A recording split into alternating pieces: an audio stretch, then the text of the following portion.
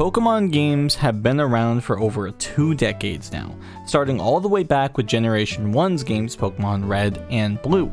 Pokemania hit the world upon its debut in the West, and it continued well into the early to late 2000s.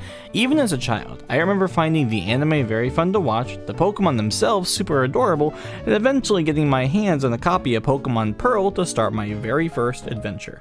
But why didn't I just choose Pokemon Diamond? I mean, they are just the same game with different box art, so why did that choice matter so much?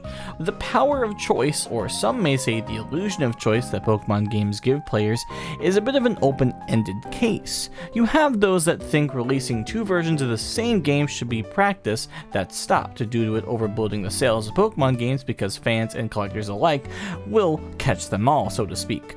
Or you have those who think there's a bit more to this version ordeal than just the money, although that is still a part of it. So if you would join me, I wanted to go and take a look into the power of choice that Pokemon gives its fans when thinking about which version to get, and wondering if it's even needed anymore nowadays, and how it could potentially be improved. The reason Pokemon games have 2 versions starts all the way back with the classic game known as Dragon Quest II. The creator of Pokemon, Satoshi Tajiri, stated in an interview in 2004 that the creation of 2 versions stems all the way back to his very own childhood. While playing Dragon Quest II, Tajiri badly wanted an item called the Madcap, which reduced the MP cost of spells. The Madcap was an extremely rare item, only having a 1 in 128 chance of dropping. Tajiri never found it, while Pokemon artist Ken Sugimori found 2. Tajiri wished he could trade the item for one of Sugimori's caps, but that wasn't possible with the technology of the original Famicom. Trading Pokemon is such a huge part of the series that it's been a feature in not only the card game, but the video games themselves.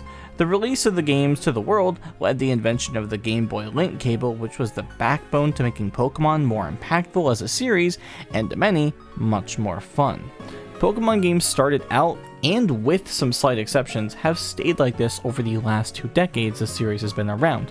One core game separated into 2 individual versions. Sure, you do have exceptions like Emerald, Platinum, and Crystal, as well as the sequel games to a degree, but every time we have 2 main starting titles that will carry the generation forward, and where the spin-off titles in that same generation will draw the ideas from.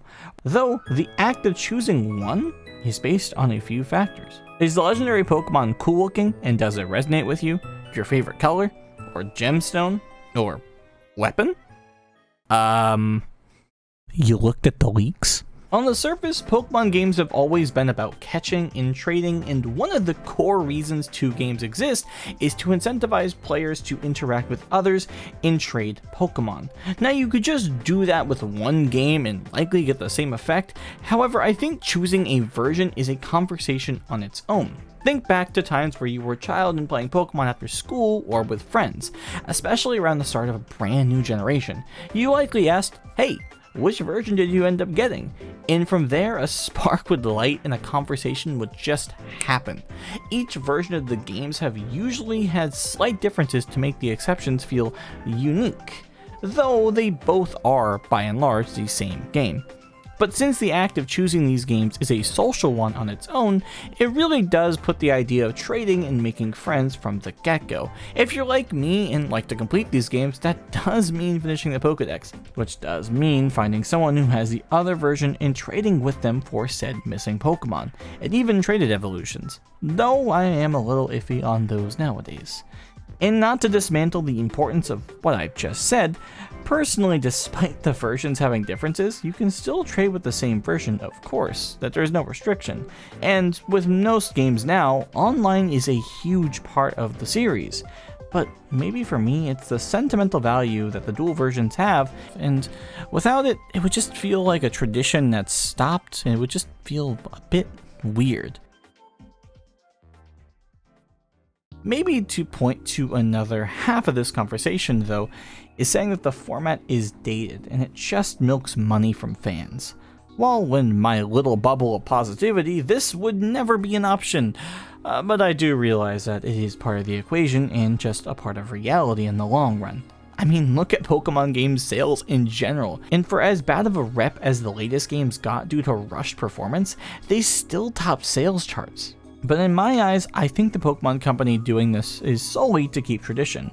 And when Pokemon Legends Arceus came out earlier this year, it made me wonder, are they done with dual releases? Easily, Legends Arceus is one of my personal favorite games in the franchise, despite some nitpicks I have about it. While I would love to blindly live in the past, the times have changed, and the release of this game proved it. Despite it being a single-player game, I saw countless people helping one another out in servers and online, and talking about the lore and sharing the adventure they were having in the Hisui region. Pokemon Legends had no online features, which made sense if you have even played just 20 minutes of this game beforehand. I even loved the quality of life features they added within this game, and it made trade evolutions way more convenient with just a simple item to obtain to evolve said Pokemon. This can even go for other spin-offs or sub-series of Pokemon games like Snap. This is just a very linear game where you run a set path taking pictures of various Pokemon at different locations. But when they released a brand new version, so many rushed to abuse that damn share button on the Switch every moment they could just to share the photos and clips they had in this game, and it sparked so many fun and entertaining moments. And do I even have to mention Pokemon Go? Cause that was huge for the franchise and is still quite popular to this very day. It brought so many people together that might have not even cared about Pokemon or were fans back then and are now adults working a normal 9 to 5 and just wanted to re-experience something from their childhood. Pokemon, despite not having dual versions, can find ways to connect others. Honestly, I like both options in the end, but I do realize that the dual version model is showing its age rapidly, and blind nostalgia and memories can't hold it afloat for too long.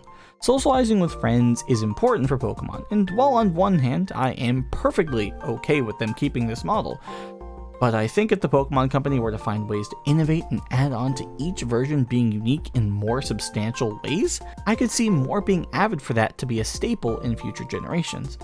But even though I personally can see the good in this, I can't deny how much quality of life Pokemon has when it was just one game, rather than two like Legends Arceus being the biggest step Pokemon has taken in the right direction.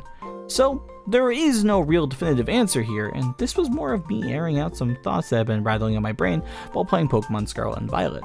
Regardless if we get more single or dual versions of the future Pokemon games, I just hope to see the series improve, and with the latest entries being very fun but held back by rushed development, it seems these games do have work to do that aren't at fault by there being two versions. At the end of the day, Pokemon is Pokemon. Now go ahead and drink some water. I'll catch you in the next video I end up making.